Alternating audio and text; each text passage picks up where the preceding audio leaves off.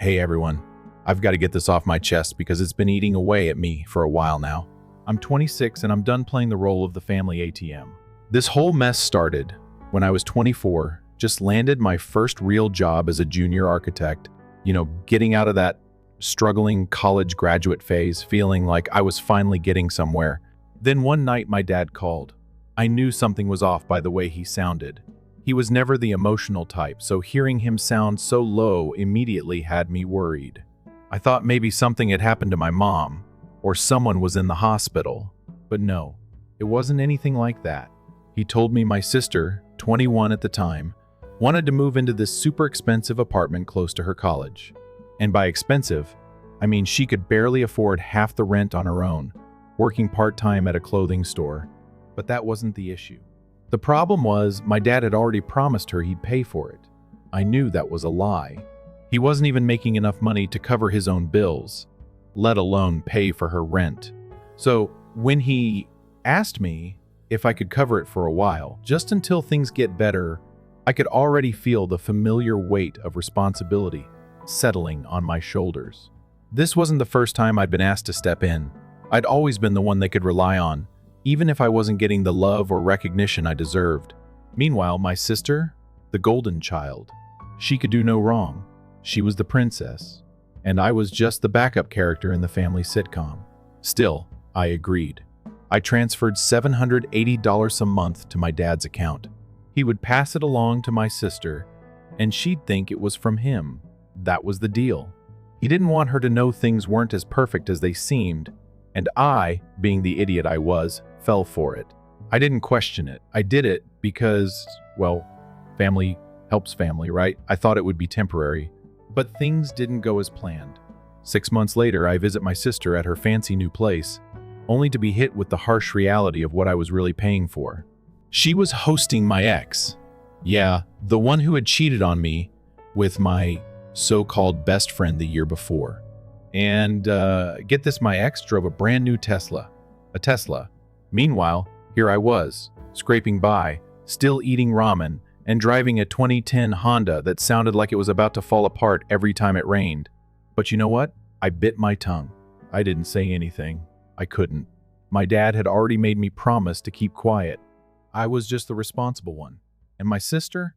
Well, she was living it up, flexing all the luxuries her part-time job and my secret payments had funded. But then it got worse.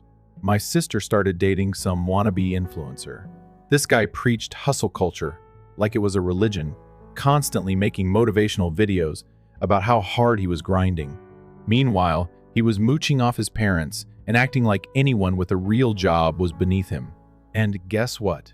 She would call me, talking about how she got extra money from dad to cover things like a new TV.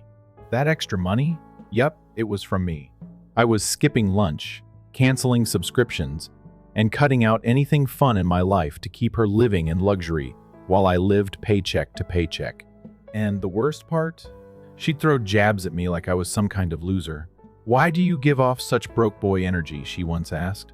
"You work in architecture, but you can't even afford a decent car. It's like you don't even know how to live your best life." I was stunned. She had no idea that while she was living her best life, I was struggling to pay for it. I never said anything, though. I kept it all inside. My dad kept telling me she was just more social than I was, and she needed these things for her image. What a load of crap. I was paying for her image. 2 years of this went by. 2 years of me being the secret sponsor of her life.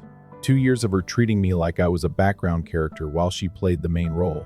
And still, I kept quiet. I kept telling myself it was temporary. My dad would get back on his feet, start paying his share, and I could finally save for my own life. Maybe even buy a car that didn't sound like it was about to die any minute. But no, every time I asked my dad when he'd be able to start covering her rent, there was always some new excuse. Business was slow, unexpected expenses popped up, and on and on. And my sister? She kept on living her best life, planning weekend trips, buying new furniture, flexing all over social media. I was barely scraping by, and yet somehow every time she called me, she acted like I was the one who was failing. That was the breaking point. The night everything changed. It all came to a head one night at my mom's birthday dinner. Picture this: my dad looking stressed as usual, my sister sitting there with her new nails, all done up, fresh from a shopping spree, and me just trying to keep it together after working overtime for weeks. Mom? Well, she was playing the part of the classic referee, quietly serving food, making sure the awkward silence didn't last too long. You could almost hear the "this is fine" meme playing in the background, because that's what it felt like. I was tired. I was fed up. My sister was all smiles, as usual, in her little bubble of privilege. So I've decided, she says between bites of her birthday dinner, I'm getting a Tesla Model 3. Just like that. She said it like it was no big deal. The white one with the black interior. It's literally so aesthetic. I couldn't even process it at first. My head started to spin. She was talking about getting a $45,000 car like it was just a normal Tuesday. Meanwhile, I'm sitting here trying to make rent every month, using my salary to keep her rent paid, listening to her talk about the luxury life she deserved. It wasn't just the car, it was everything. It was how she saw the world and how she saw me. I was the guy who never lived his best life. Meanwhile, she was out here living like an influencer, posting her shiny new Tesla on Instagram, flaunting everything that was really funded by me. Dad's face twisted when she said that. I could see the panic in his eyes. He didn't want me to know. He was still trying to pretend he was the one paying for it all. But what did he do? He just sat there, nervously sipping his water, trying to act like he hadn't heard a word she just said. That's when it happened. He turned to me and quietly said, I told her I'd help with the down payment. But, could you help out too? Just for the down payment? I'll pay you back when I can. I couldn't help myself. I looked him dead in the eyes and shot back. Wait, you want me to pay for her Tesla now? Really? You've been lying to her this whole time about paying for her rent, and now you want me to cover her down payment for a $45. Oh, car. My voice was low but steady. I wasn't hiding my anger anymore. Dad started scrambling, trying to find a way out of it. Well, she's been doing so well lately and... No, I interrupted. I'm done. I looked at him straight in the eye. I've been covering her rent for 2 years. I've been busting my ass to make sure she can live in her fancy apartment while I eat ramen and struggle with a car that sounds like a lawnmower. You want me to pay for her car too? Are you kidding me? My sister was oblivious as always. She was busy talking about how main character her life was, how her fashion Insta was really taking off. Taking off? She had 300 followers, and not one of them was a brand sponsor. But I couldn't bring myself to argue about that. What was the point? I was exhausted. Dad's face went red. I could see the guilt, but also the anger. You promised, son. You gave me your word you wouldn't tell her the truth. I didn't care about the promises anymore. I was done. I'm not buying her a Tesla. I'm not paying for her rent anymore either. I've been helping her out for years, and what do I get in return? Her laughing at my life while living off my money? I'm done. It was the truth, and I wasn't holding back. My sister's face went pale. She had no idea what was coming, but she was still too self-absorbed to process anything. She threw me a look that said it all. You're so selfish, you know that? I couldn't help but laugh. Me? Selfish? I've been paying for your life while you act like I'm the one who's struggling.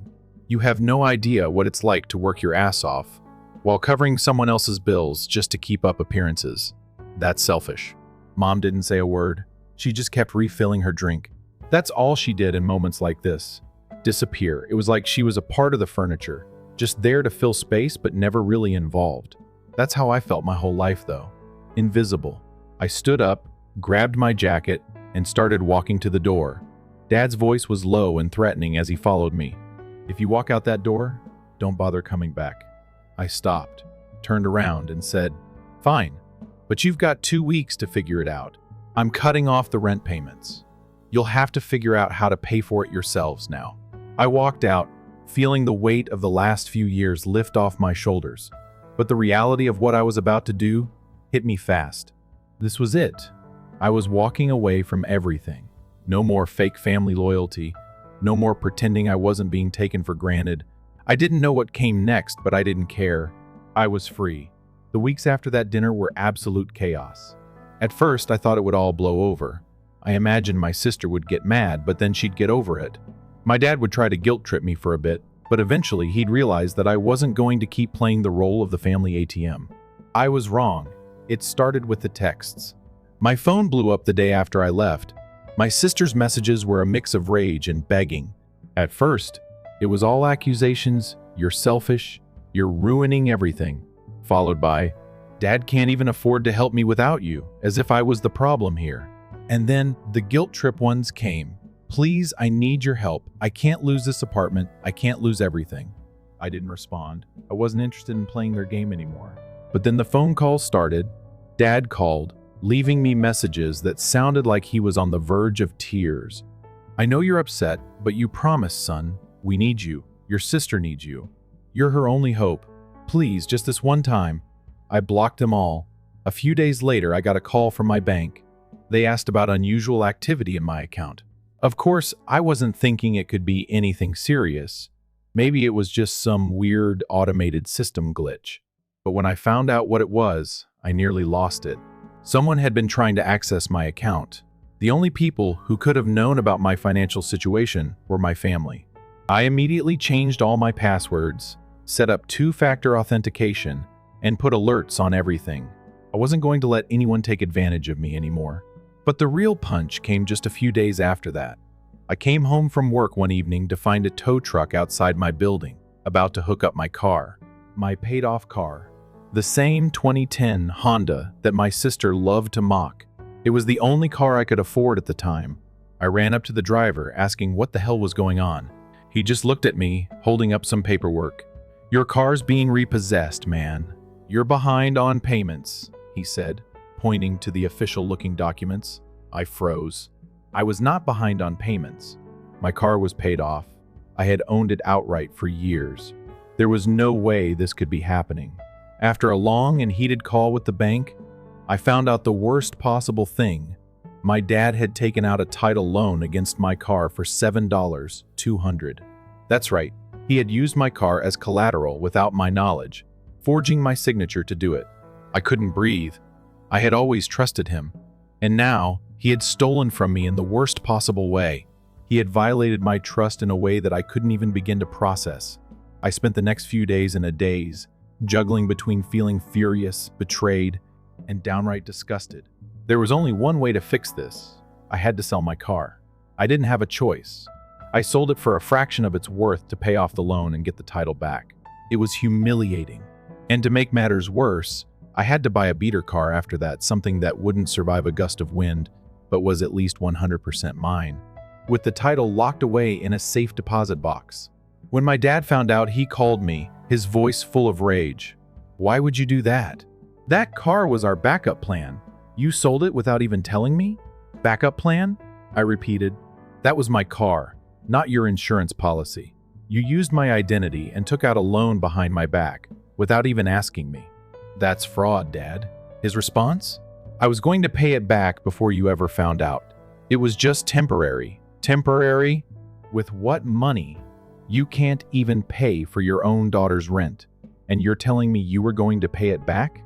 You've been draining me dry for years, and now you're trying to justify stealing from me?" He didn't have an answer. He just hung up.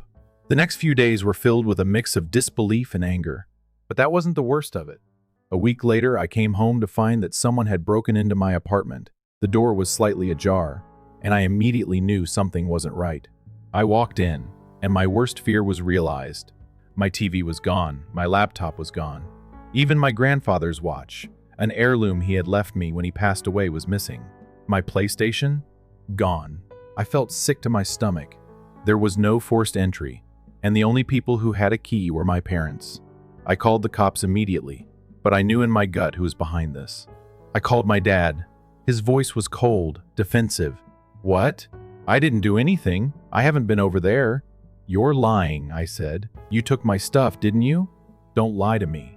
At first, he denied it, but after a few minutes, he finally broke. "Okay, fine. I did take your stuff. I was desperate. The debt collectors have been calling, and I needed cash fast. I'll get it all back to you, I swear." I couldn't believe what I was hearing. My own father had broken into my apartment, stolen my possessions, and now he was acting like it was no big deal. He was desperate, he said. Well, guess what? So was I. I was desperate for him to stop ruining my life. I recorded the conversation. I knew I might need it later. I gave him an ultimatum: return my stuff, or I'm filing charges. He knew I was serious. 2 days later, most of my things appeared on my doorstep, except for the PlayStation. That was gone for good. He transferred some money into my account, but it wasn't nearly enough to cover everything he'd stolen. That was the final straw. I was done. I changed my locks, changed my phone number, and moved to a new apartment across town. I left behind everything: the guilt, the obligation, the years of being manipulated. I got a new job, a fresh start.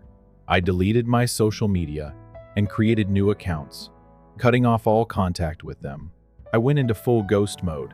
It wasn't an impulsive decision. It was the result of weeks of sleepless nights, questioning everything I thought I knew about family and loyalty. The mental gymnastics were exhausting. One part of me still believed that family was everything, that blood should be thicker than water. The other part screamed at me, they're stealing from you. They're the problem. It was a tough decision, but in the end, I knew it was the only one that made sense. I couldn't keep going down the same path, being taken advantage of by the people who were supposed to love me the most. For weeks, my family didn't reach out. They didn't know what to do with me now that I had cut them off. The calls stopped, the texts stopped. My sister's desperate pleas for help faded, and my dad's manipulative guilt trips no longer filled my inbox. It was eerily quiet, almost like I had vanished from their world. And at first, it felt like freedom. I could finally breathe without constantly worrying about paying someone else's way, without feeling like I had to fix every problem they created. My new apartment was small, but it was mine. The first time I walked into it, I felt something I hadn't felt in years: peace. No pressure, no expectations, just me. I even bought myself a new car, a modest Toyota. It wasn't a flashy Tesla, but it was reliable. No more strange noises when it rained. I threw myself into my work, and it paid off. I was promoted at my new firm. I met new people who actually respected me. And I finally took that solo trip to Japan I had been dreaming about for years. For once, I didn't have to cancel my plans because someone else needed me. But even in the midst of my newfound peace, there was still a nagging feeling: guilt. It would hit me at night when I was lying in bed, staring at the ceiling, wondering if I was too harsh. Had I overreacted? Was it wrong to just walk away? Then, out of nowhere, I got an email from my sister. Her name on the subject line made my stomach drop. I hadn't heard from her in months.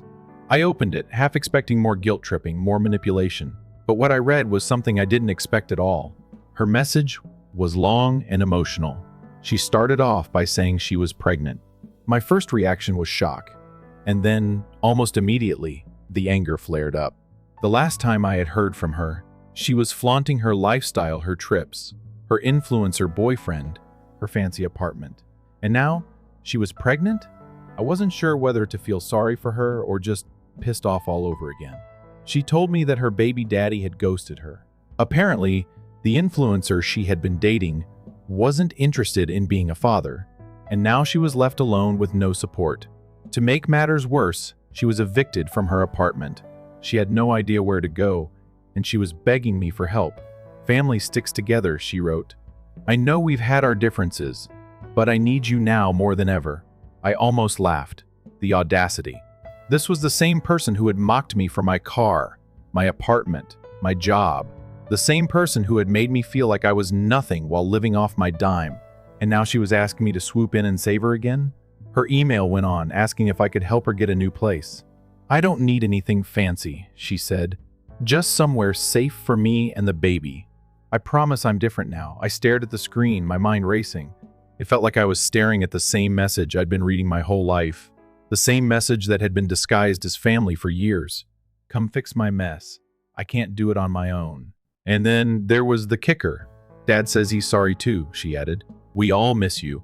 My first thought was, no, you don't miss me. You miss my money.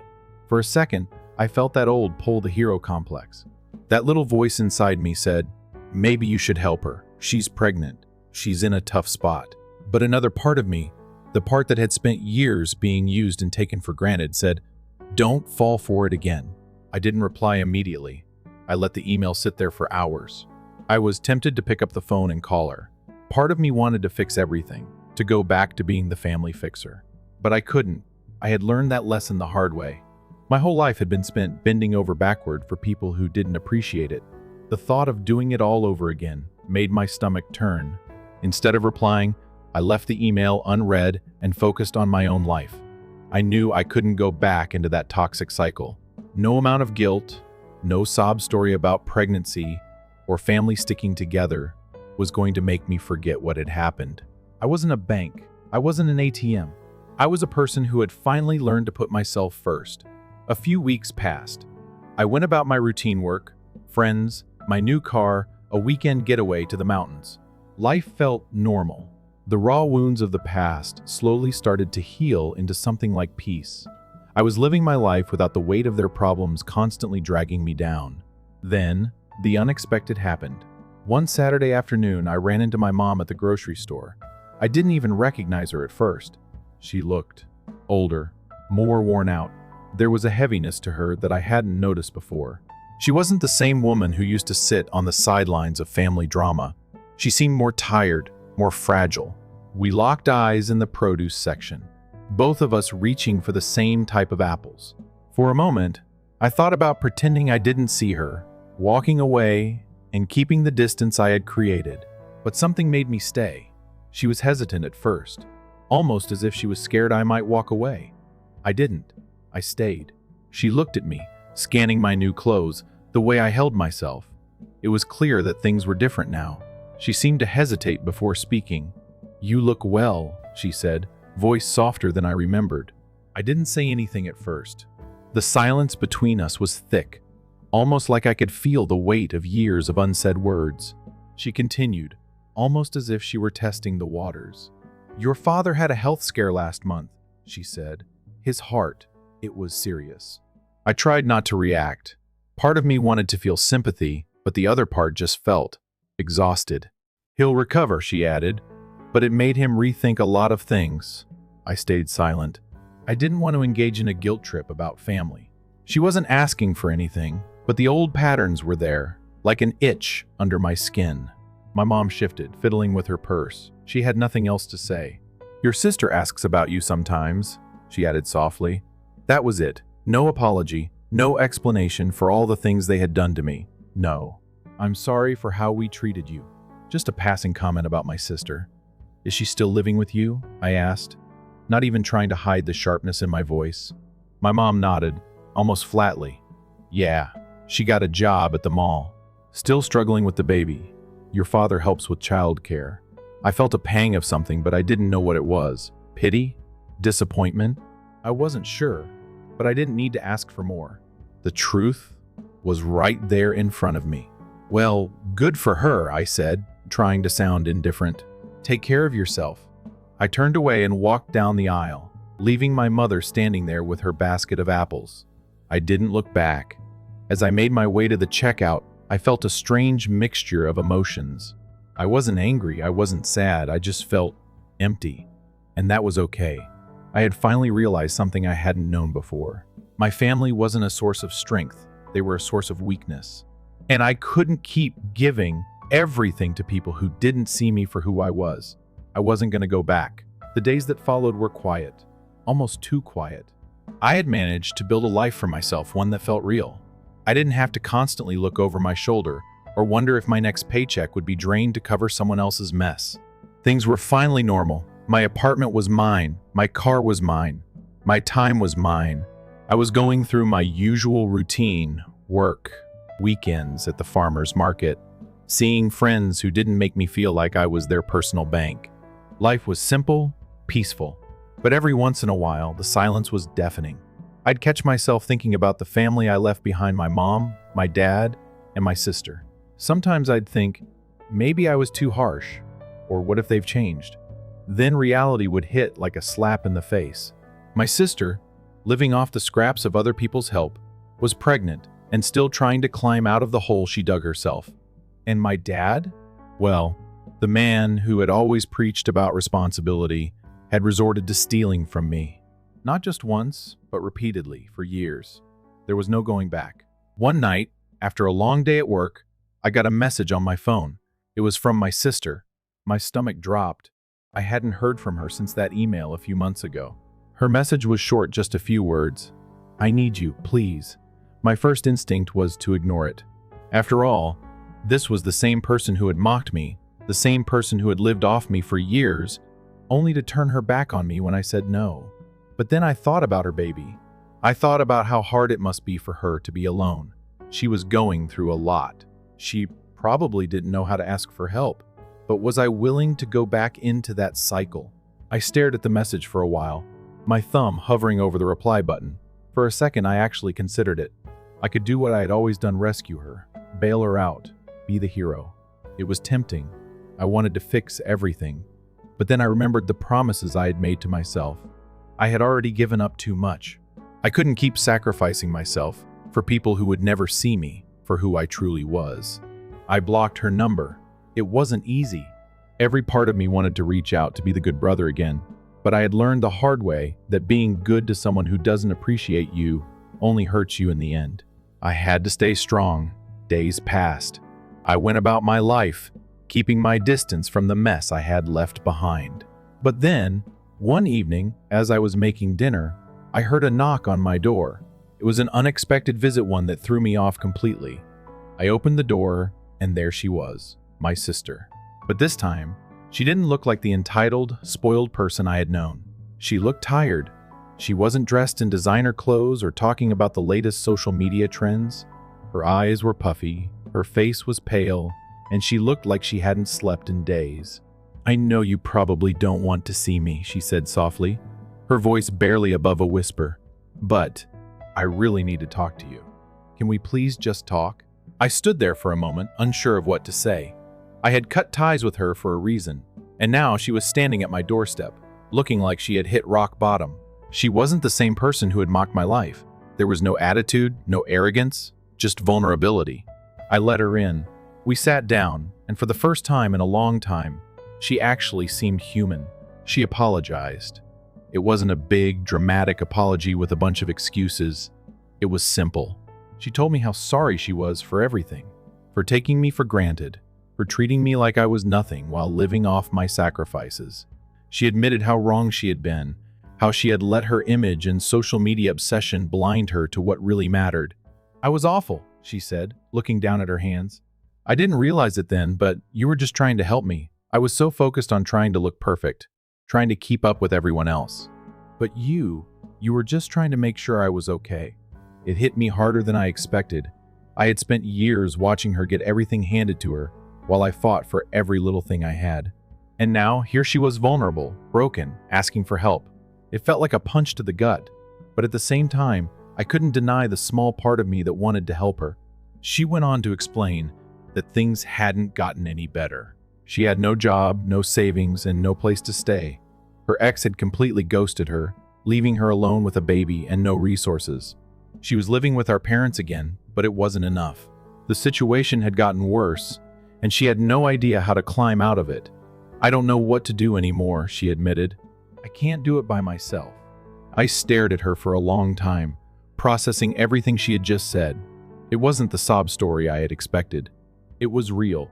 She wasn't asking for a handout. She was asking for a chance to start over, to fix the mess she had made. I could see it. She was desperate. And maybe, just maybe, I had been too quick to write her off. But it wasn't just about the money anymore. It was about seeing her as someone who needed help, not someone who had always gotten everything at my expense. But I still had to be careful. This wasn't going to be the same as before. I couldn't just go back to paying for everything, pretending that things had changed when they hadn't. She had to earn it. She had to prove that she wasn't going to fall back into the same patterns. I wasn't going to give her another chance to use me. Here's the deal, I said, my voice firm. I'm not giving you money. I'm not going to solve all your problems for you. But if you really want to change, I'll help you figure it out. I'll help you find a job. I'll help you get back on your feet. But you're going to have to work for it. You're going to have to show me that this isn't just another phase. She nodded, her eyes wide, almost like she was afraid I might take back what I had just offered. But I meant it. I wasn't going to be the one to carry her anymore. I'll do whatever it takes, she said, her voice shaking. I believed her. For the first time in years, I believed she could change. But it wasn't going to be easy. she was going to have to work hard to prove herself to me and to herself. It's strange how life has a way of putting things into perspective when you least expect it. I had spent years letting my family dictate my actions, my choices, my happiness. I had let them convince me that my worth was tied to how much I could give them financially, emotionally, whatever they needed. But I was done with that.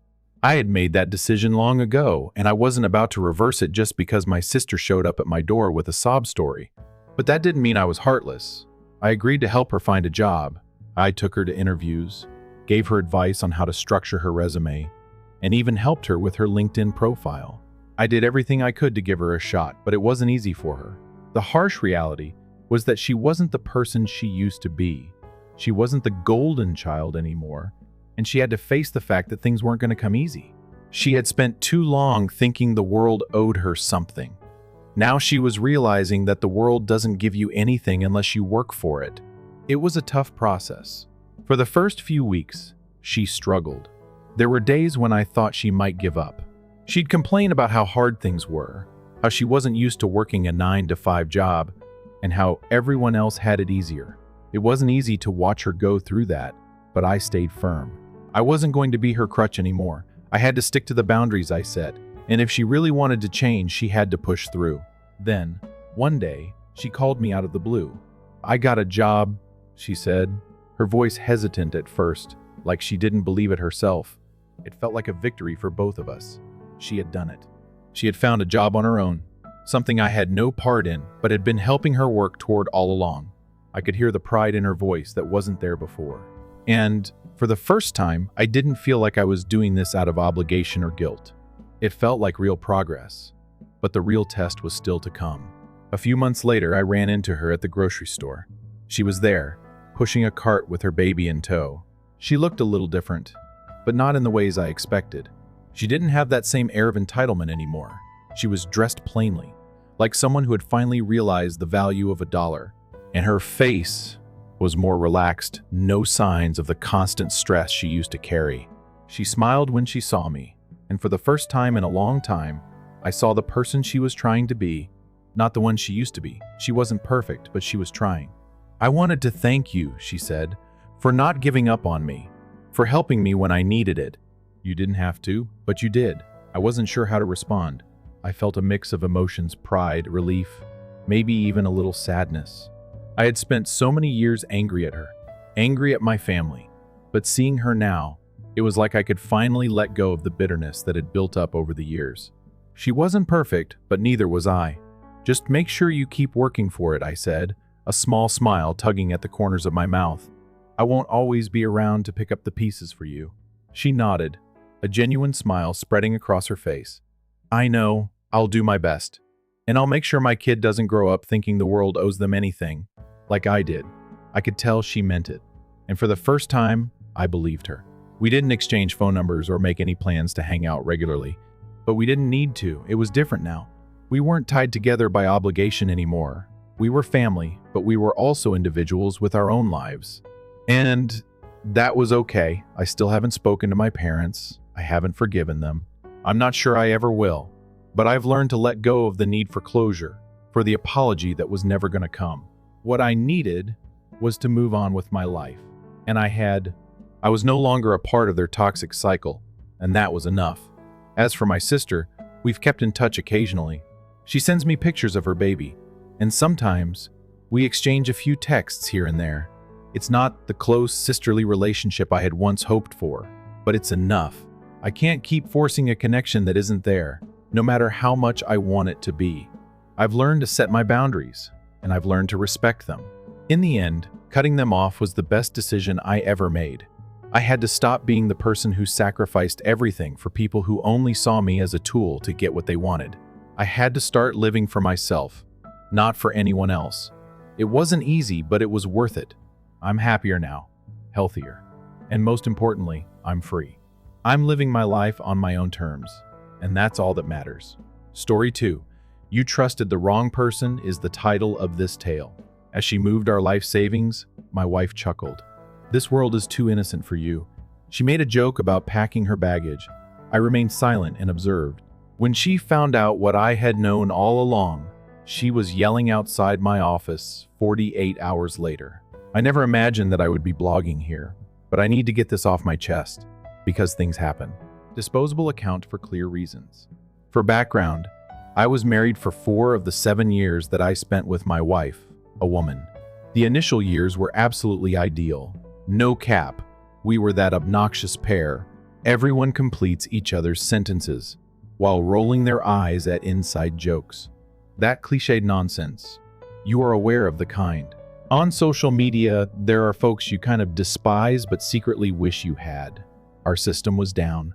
I would take care of investments and expenses. Numbers are kind of my thing because I work in it. She would handle household chores and the social calendar. We would debate what to watch for an hour or so during these pointless movie marathons. After that, we watched the same Marvel films as before. After a difficult day at work, I would surprise her with her favorite Thai takeaway on these elaborate date nights that she would prepare. To be honest, I believed that we had the entire relationship thing all out. However, my parents never gave their approval. Their golden child doctor, ideal wife, large home, and everything else was always my elder brother. I, on the other hand, was merely the man who married below our social standing. My mother says so.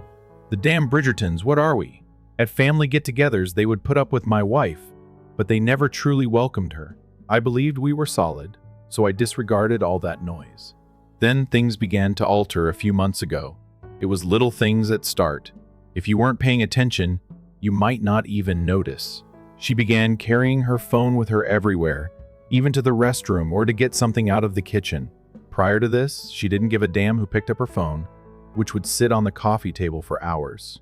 If she was cooking or doing something else, she would even ask me to respond to her SMS. One day, I made a joke about you operating some drug enterprise that I'm not aware of. She dismissed it with a giggle and claimed she was getting a lot of emails from work. Cool.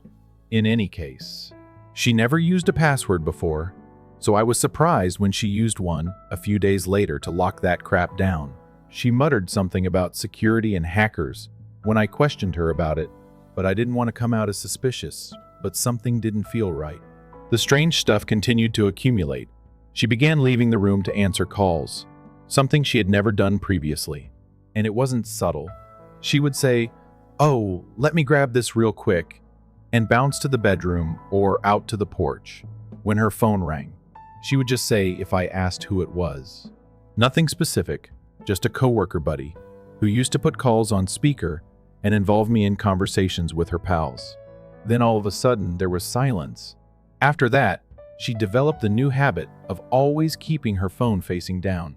I didn't even realize that was strange until I went for something close to her phone one day, and she quickly grabbed that crap away.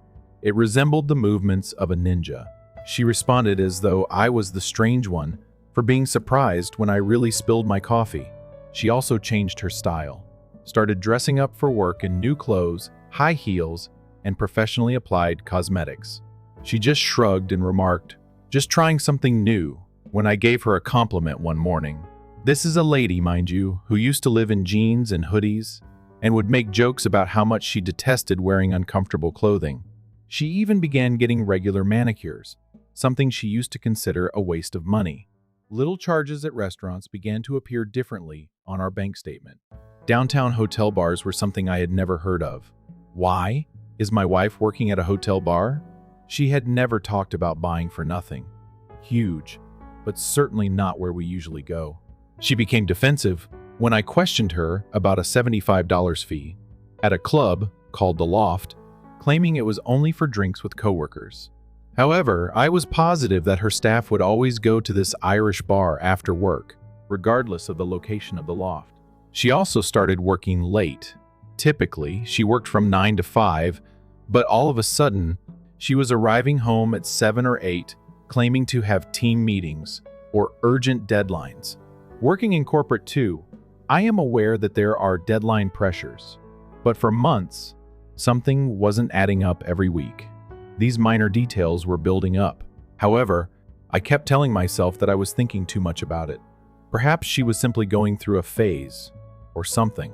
I didn't want to be that dominating, envious spouse who interrogated her about everything. But I had a gut feeling that something wasn't right. I started to feel like I was going insane. For example, am I only inventing patterns that don't exist? Is this a typical progression of a relationship? I'm also becoming suspicious. But, dude, there's generally a reason why your intuition tells you something isn't right. However, as the weeks passed, she began to feel quite aloof. Formerly, the conversations flowed. It was like pulling teeth to be easy now. We used to spend hours discussing unrelated topics. Work, gossip, movies, and plans for the future. It had devolved into simple roommate banter. Have you removed the trash? More milk is required. That sort of superficial bullshit. When would be a good time to discuss future plans, such as where we should celebrate our anniversary? Or ought we to begin saving for a new vehicle? She would just respond, "Yeah, we'll see," and nod. Then quickly shift the topic. We frequently spoke about going to Hawaii, so I once suggested that we would do it next year. After a moment of genuine concern, she muttered something about not making such long-term plans just yet. About a month ago, on this arbitrary Wednesday, it finally clicked for me. She informed me that she would be having coffee with a buddy after work. Sounded typical. Sometimes she does that. I decided to surprise her because I was in the same neighborhood and wanted to run errands to get a birthday present for my nephew. It may be adorable. Perhaps we could go out to dinner or something. However, she had no friends with her when I arrived to the coffee shop. She appeared quite focused as she paced back and forth outside while holding her phone to her ear. Although she wasn't attempting to spy on me, I couldn't help but overhear tidbits like it's almost ready and starting fresh soon. So I stayed in my car since something about her body language seemed serious. She was acting in the way when someone tries to be discreet in public, but ends up coming across as quite apparent. I felt as though I had swallowed a brick. I had no idea what she was talking about, but it didn't seem like gossip from friends or work-related issues.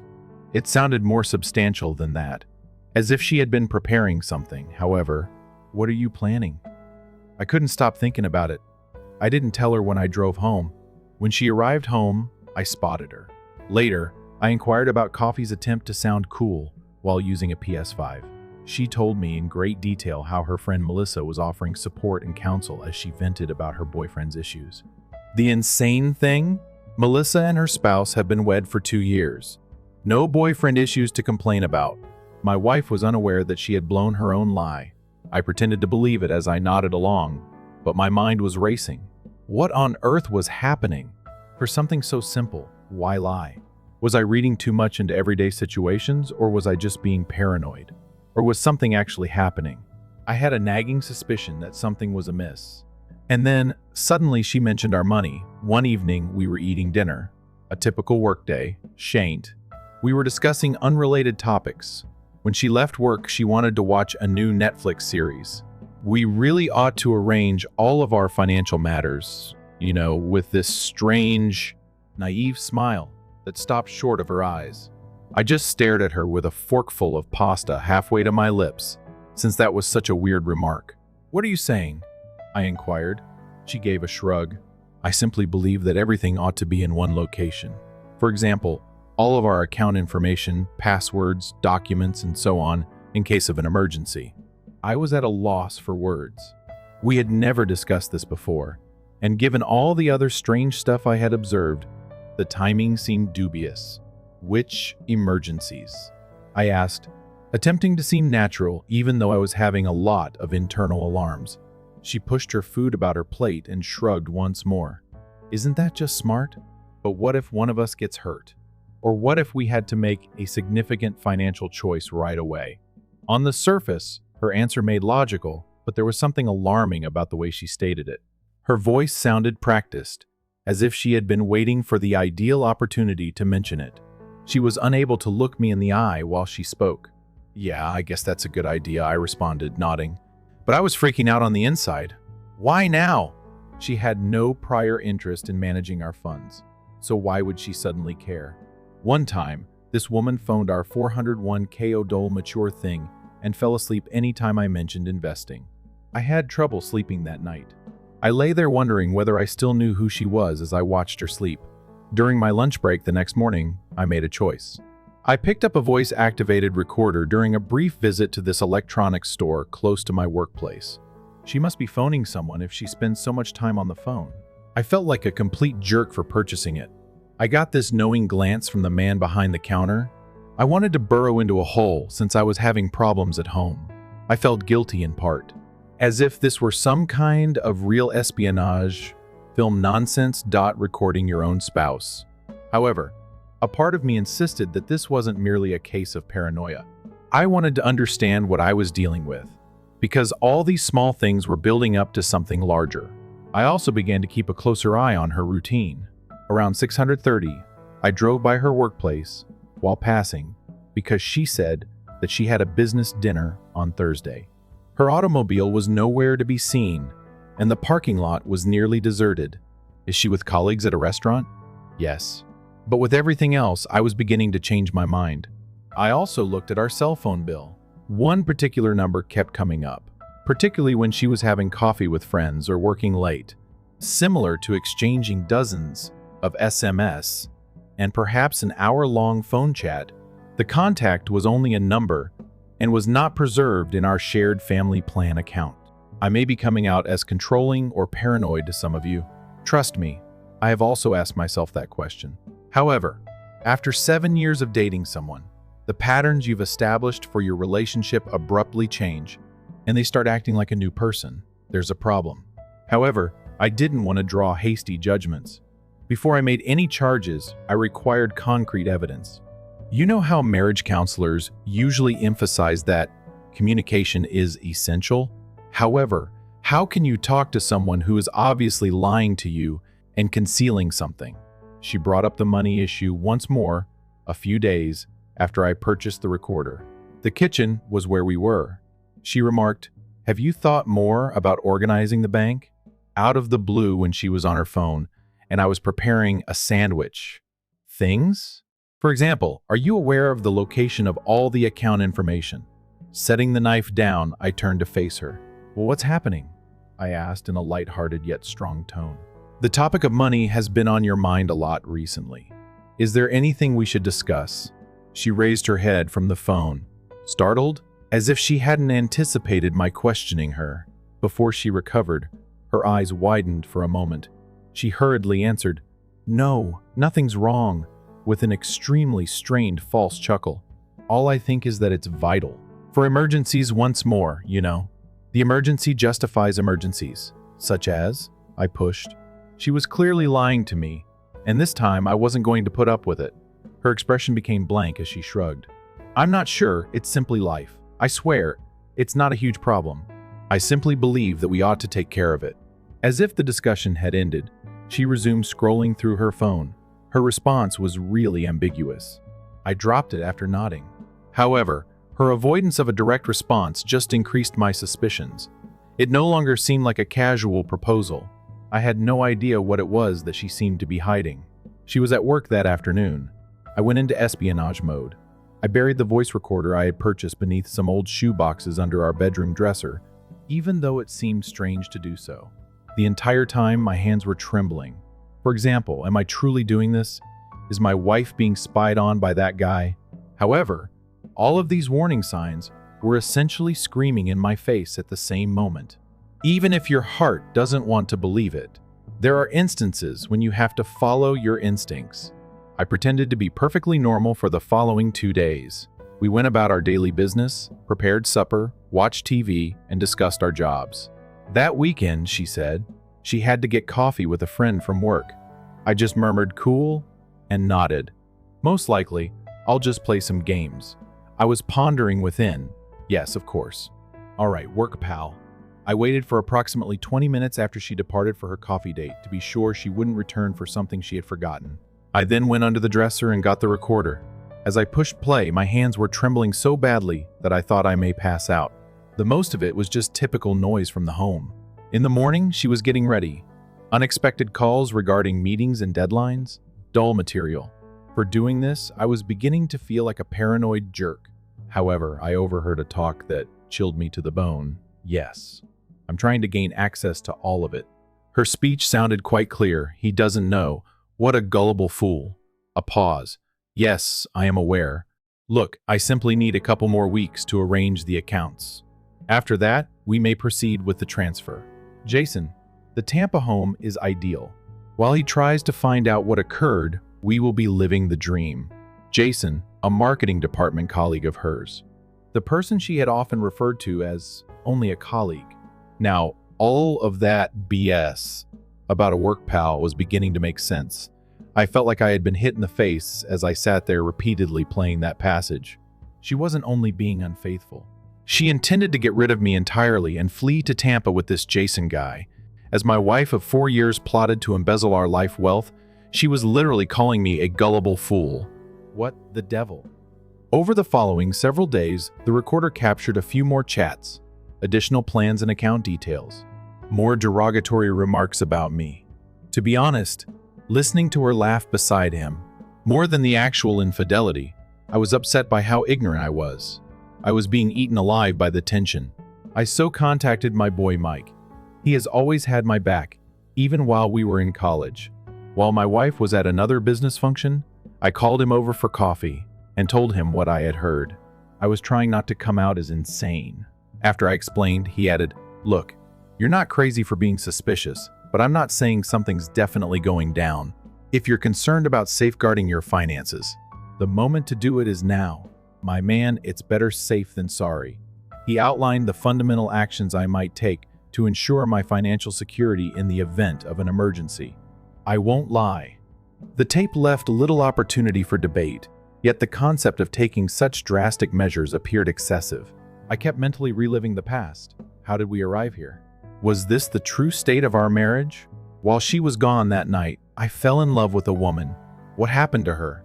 I took my laptop out and sat down at my desk. As I launched the browser and began browsing through everything, my hands were actually shaking. Bank accounts, accounting for investments. The house did. I made the first ever decision to look through our computer's history. The last nail in the coffin was what I discovered. She had been looking for information on Florida property rules, how to move big quantities of money without raising suspicions, and even how to conceal money from her spouse. A draft of an email with our account details and balances was even sent to Jason. This actually happened. In reality, she intended to steal me completely and run off with this guy. The lady with whom I had been living for 7 years was now practically planning my financial assassination. I wrote down everything I could move and how to do it without causing any problems. I could feel this huge weight on my chest as I typed. After years of having total faith in her, I found myself playing defense against the one who was meant to support me. I made the decision to ask my parents for assistance. Since we've never been close, this was challenging. Their favorite has never been me.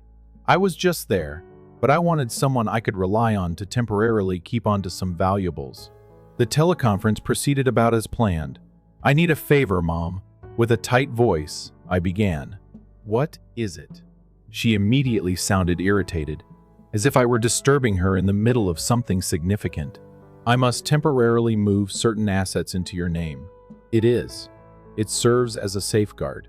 My wife may be plotting something, I believe. There was an overwhelming quiet on the other end. Not at all. At last, she spoke. "She wasn't the proper fit for you, and I always knew it." "You're accusing her of stealing now, though." "This is absurd." "I'm not making this up, Mom. I've observed." "No." She interrupted me. "I refuse to participate in your paranoid fantasies. Your wife has treated you with nothing but kindness, better than you merit. To be honest, it hurt. They were unable to support me, even in my hour of greatest need. In any case, they had always preferred her to me. Perhaps you wouldn't be as insecure if you had achieved success like your brother." Twisting the knife, she added. Without saying goodbye, I hung up. She ought to have realized that she couldn't rely on their assistance. Excluding my parents is a possibility. I returned Mike's call. "My parents will not assist." I tried to speak steadily as I informed him. He remarked, "Damn, that's cold. You see, I have a relative who practices law. I'll give him a call. Check out your alternatives." I had a plan by the end of the evening. Mike's cousin gave me instructions on how to set up a trust and transfer assets to it. Even while it wasn't perfect, it was better than waiting to be taken advantage of. I slowly transferred the majority of our assets into the trust over the course of the following week. I made sure our joint accounts looked regular by leaving just enough there, a ruse to trick her into believing that everything was still up for grabs. I made sure every transfer was lawful and above board by carefully documenting everything. In an effort to gather further proof, I also installed a little camera in our home office. Although I have the necessary confirmation from the recorder, having video would strengthen my case in court. I played stupid the entire time. When she said we should organize our funds, I nodded. Even though the caller ID obviously displayed a different name, I pretended not to notice when she took calls from her mother and behaved normal when she arrived home late from work meetings. Even though it was the most difficult acting role I had ever had, I knew I had to remain calm until everything was arranged. The element of surprise is your best friend at the moment, as Mike's cousin put it. After 2 weeks, everything genuinely appeared to be back to normal. She started talking about unrelated topics, like job or dinner arrangements, and was being more affectionate. It confused me because she had been aloof for months, avoiding more than casual conversation. I began to question whether I had been exaggerating, but then I would recall those tapes. I didn't imagine that. Her voice was that, preparing to abandon me financially as she fled to Tampa with Jason. I continued to comply with her tiny act, anticipating her next move. I had to go on a business trip after that. That's what I told her, anyhow. Actually, I was staying at Mike's house to finalize things with his cousin and lawyer, and to gather the remaining pieces of evidence. Despite telling her that I would be gone for 4 days, I purposefully returned on the 3rd day. I waited until I was certain she would be home alone herself. It has to be just right. Her habits during the previous 3 weeks indicated that she would typically make her covert calls about 2:00 p.m. while I was working.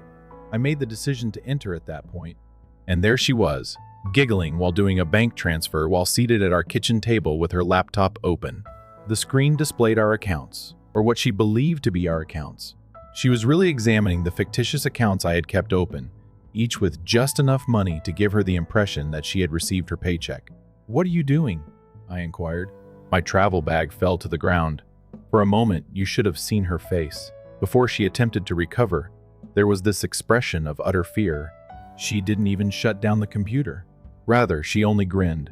Not that kind grin. Years ago, I fell in love.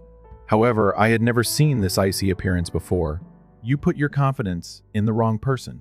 Turning the laptop so I could view what she believed to be our empty savings account, she remarked, "You believed that we were constructing something together all along."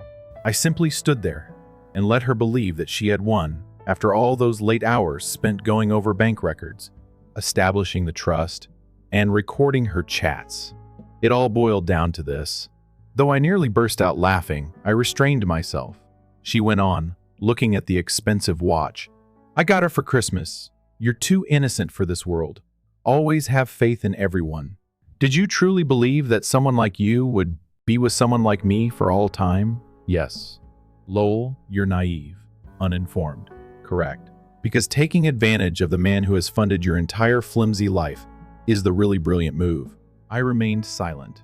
I didn't even realize the luggage were already packed and waiting in the hallway until I observed her wheel them to the door. She had been preparing for this moment, anticipating my departure so she could purge me and vanish when I failed to respond. No sobbing, no pleading, no rage. For a moment, she appeared perplexed. She then bounced after shrugging and grabbing her keys. The instant the door shut, I took out my phone and called 3 different numbers: the police, the bank, and my attorney. I then took a seat and turned on my own laptop. What? She was unaware that I had spent weeks constructing a case. The audio recordings in which she specifically mentioned to Jason that she had stolen our funds. Tampa real estate searches are displayed in the browser history. Our home office camera captured her on camera, captured images of our financial records, captured email drafts detailing their whole strategy, and captured her transferring money to that fictitious account with just enough money to give her the impression that she had cheated me out, but not enough to cause me any harm. The actual money, meanwhile, was securely hidden in a trust that she was unable to access. I waited while leaning back in my chair. I was aware that she would soon have to face reality. As expected, my phone began to explode around 6 hours later, initially with texts. "F is taking place throughout the transfer. Give me a call immediately. What did you do? The call then began. Each message was more desperate than the last, so I let them all go to voicemail. Before deleting them, I saw tidbits like Jason wasn't responding, and the money was gone. The bank claims that her partner had a different idea. He promptly withdrew the $30,000 she had put to their joint account before ignoring her. Within 2 days, her ideal escape plan had completely collapsed. She arrived at my office building as anticipated, yelling that I had taken her money and that I had reported her to the bank for fraud. She screamed that I had deceived her as security had to remove her out. She had no idea that I had just reported attempted grand theft to the police. My evidence was arranged like a set of falling dominoes. That evening, she texted, "It wasn't my intention. It was an error. We can resolve this." My answer? I sent one, but didn't bother. Rather, I sent my lawyer all the proof and let the legal system handle things. The cops started looking into it right away. The tape discussions, the heist plotting, the email trails, and the bank records that demonstrated her weekly transactions were of special interest to them. Do you know what's wrong? In fact, some of our common acquaintances initially supported her. She gave them a false narrative about me being domineering and keeping money from her until I showed my friend Dan the real recordings. In approximately 30 seconds, his expression changed from skepticism to horror. "Dude, I had no idea," he continued, with a sincere expression of distress. "She accused you of fabricating stories and being paranoid. It dawned on me then that she had always been a talented actor, with everyone, not just with myself. While she was planning to get rid of me and go off with another guy, she had created this picture of herself as a kind, devoted wife that everyone believed. Yesterday was the first court hearing. I turned in all the proof. Then my attorney executed the ultimate move, the recordings. Additionally, we have proof that Miss S., Anderson, and a colleague called Jason Reynolds were preparing to empty their joint accounts and escape to Tampa." Her attorney's eyes widened. "Is this accurate?" he questioned her. She began to ramble about how the tapes had been misinterpreted and that everything had been misunderstood, but she was easily identified by the terror in her voice. My attorney went on to say that our internet history reveals searches for Tampa real estate. There is video proof of Miss S. Anderson taking pictures of financial papers, as well as voice recordings that specifically address the scheme to move money without my client's knowledge. A brief excerpt from one of the tapes was then played. The room echoed with her voice. "He doesn't know. What a gullible fool. We can move anything out as soon as I have access to it."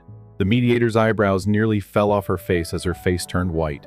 Angry at being taken by surprise, her attorney requested a break so he could have a private conversation with his client. About 15 minutes later, when they got back, his attitude had totally altered. Instead of asking for half of everything, he was now asking for a fair settlement. She was furious beyond belief. "You're amazing." Leaning forward across the table, she snapped, "It's unbelievable that you would do such a thing to me." I haven't replied yet. What might be said? I wasn't trying to harm her in any way. She had made it plain that she would not be going without attempting to purify me. Therefore, this was an act of self-defense. In an attempt to maintain professionalism, the mediator recommended that we take a break and meet again next week once the feelings had subsided. But they were screwed, and everyone in the room could see it. She drew me aside in the corridor as we were leaving the building. Anger and desperation were mixed together on her face. "This isn't over," she said softly. "This is something you will regret." "I already regret trusting you," I murmured, glancing at her. "The only thing I regret is that I'm not interested in settling, but her lawyer has already contacted me about it. Money is no longer the issue here. Consequences are at issue. Some of our common acquaintances have contacted me and suggested that we try to resolve the issue, that there are difficult times in marriages. I mean, are you serious? I won't tell lies. Sometimes at night, when I'm by myself, I miss the person I believed her to be. However, I recall her voice on that tape referring to me as a gullible fool. Additionally, I recall that this individual was never real. I'm staying at Mike's house for the time being. Despite everything, he has been my pillar of support. You truly discover who your true pals are when everything is falling apart. I'll keep you all informed. The last update. Reddit, hello. I apologize for the wait for this last update to be posted. I've been attempting to clear my thoughts and deal with the remaining legal nonsense. Thank you for joining me in authoring this roller coaster, the day following our initial court appearance. As if they were the FBI, my parents arrived at my residence and pounded on the door. After the mediation, my soon-to-be ex apparently contacted them and told them her little victim narrative in an attempt to reach their naive ears. My mother didn't take long to open the door. "How could you harm her like this?" she yelled, her eyes burning, as if she were going to permanently banish me from the family. "After all that she has done for you, isn't that right?" Everything she had done for me, including depleting my bank accounts and orchestrating her spectacular departure as if it were a heist film. My dad, however, just stood there looking like his usual dissatisfied parent, crossed arms, as if he were evaluating me from the top of a mountain. "Your brother would never do this to his wife," he remarked in a low, condemning voice. "We were always concerned about you because of this." They were still standing up for her. She had somehow twisted everything to work against me. Standing there, virtually frothing at the mouth, were my own parents, who wanted to let me know how much of a failure I was. "You have no idea what's actually going on." I attempted to clarify, but they had already concluded that I was the bad guy in this sad story. "We are sufficiently informed," my mother retaliated. She filled us in on everything. How you've been in charge, how you paved the way for her failure. I was unable to comprehend it at all. While she was the one taking advantage of me, and most likely laughing about it with her pals over pricey cocktails, she had been running her mouth and portraying me as the monster. As well as my parents. They were taking it at face value. They were much more irate before they went, since I didn't protest much. With a look of hatred on her face, my mother gave me one more glance. "Attending Sunday supper is no longer worthwhile. You're not welcome." I stood at the doorway looking like a total moron as they hurried away. I still had Mike waiting in his car down the street, but it hit more harder than I cared to acknowledge. When no one else had my back, he did. After that, everything proceeded really quickly. Through Mike's connections, I was able to locate Jason, the workman she was preparing to flee with. He was hiding at his cousin's house across town, where he was promised amnesty, it turns out. He consented to reveal everything. As it happens, she had been preparing for this for about a year. Get this too. Another man from her gym was there. The identical scam was being performed by her. Making the same assurances, they informed him that they had relocated to Austin from Tampa. The sheer insolence. The last nail in her coffin was Jason's willingness to testify. His testimony before the court demonstrated how she had started the entire scheme. Investigated the optimum time to file for divorce in order to maximize her take, and calculated how much they could take without my knowledge. She then entered complete meltdown mode. The request for apologies came first. "We just need to chat, I believe. We can solve things even though I realized this got messy." She became furious and accused me of being vengeful and manipulative when I didn't reply. On the instructions of my lawyer, I disregarded everything anytime I felt a glimmer of pity. When the calls didn't go through, I would play back the tape of her calling me a gullible fool and threatening to get rid of me. She attempted a different tactic with our friends, saying the divorce was a test of our love or an elaborate hoax. In fact, some first purchased it. I would receive strange texts like, "Wow, I had no idea you were treating her so badly." However, everything changed once screenshots and Jason's testimony were made public. The screenshots quickly went viral among friend circles, and her nonsense was no longer believed. Those who had stood up for her were now apologizing to me via message. After seeing the proof, even my parents changed their minds. Mom texted saying she was sorry for misjudging the situation, and Dad called with an uncomfortable apology. Too late, too little. I let them know that I needed room. She only had her personal belongings when the divorce was completed last week. Following the Jason disclosures, her attorney dismissed her case. There was no legal foundation. My faith was unshakable, and all of her demands fell apart. For my part, I retained my funds, the house, and above all, my sanity. With order to restore a sense of belonging, Mike assisted me with repainting and rearranging everything, even purchased brand new bedroom furnishings, and set fire to the bed we shared at Mike's uncle's farm. And at last, I feel like I have control over my life again. No more doubting, no more treachery, Just tranquility. I'm keeping my distance for the time being, but some folks, including my parents, are still making an effort to get back in touch. Some bridges continue to burn. For anyone experiencing similar difficulties, keep a record of everything. Know who is truly on your side and follow your instincts. And get a competent attorney. There is no negotiating that portion. This is my final update. Life continues, and at last, mine is heading in the right path. I appreciate all of your help, Reddit. You don't realize how much it meant. Everyone is questioning if I'll ever be able to get her back. Are you serious? She accomplished something that cannot be undone. It's not a romantic comedy. This is the actual world.